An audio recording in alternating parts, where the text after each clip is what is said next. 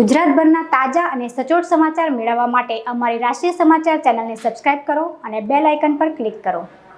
National disability finance and development corporation દ્વારા ભારત સરકારના સામાજિક ન્યાય અને સશક્તિકરણ મંત્રાલય વિકલાંગ વ્યક્તિઓના સશક્તિકરણ વિભાગ નિયમિતપણે દિવ્ય કલા મેળાનું આયોજન કરે છે।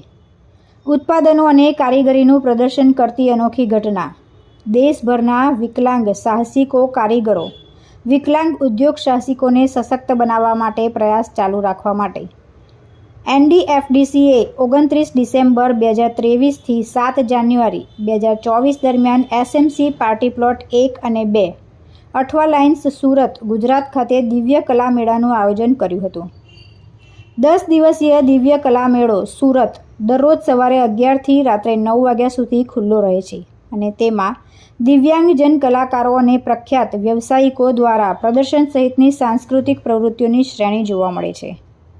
દિવ્ય કલા મેળા દરમિયાન મુલાકાતીઓએ દેશના વિવિધ પ્રદેશોમાંથી તેમના મનપસંદ ખોરાકનો આનંદ માણ્યો હતો। લગભગ 20 રાજ્યો કેન્દ્ર શાસિત પ્રદેશોમાંથી 100 જેટલા કારીગરો કલાકારો અને વિકલાંગ ઉદ્યોગ સાહસિકોએ DKM સુરત ખાતે તેમના ઉત્પાદનો અને કૌશલ્યોનું પ્રદર્શન કર્યું। મેળા દરમિયાન ઘરની સજાવટ અને જીવનશૈલી કપડાં સ્થિર અને eco friendly products package food અને ઓર્ગેનિક પ્રોડક્ટ્સ રમકડાં અને ભેટ વ્યક્તિગત accessories jewellery clutch bag painting વગેરે જેવી કેટેગરીમાં ઉત્પાદનો હાજર હતા। દરેક વ્યક્તિ માટે વોકલ ફોર લોકલ બનવાની અને એક એવી ઘટનાના સાક્ષી બનવાની તક હતી જ્યાં દિવ્યાંગ કારીગરો દ્વારા તેમના વધારાના નિર્ધાર સાથે બનાવેલ ઉત્પાદનો જોઈ અને ખરીદી શકાય। આ મેળામાં આશરે ₹1.50 કરોડનો બિઝનેસ થયો હતો।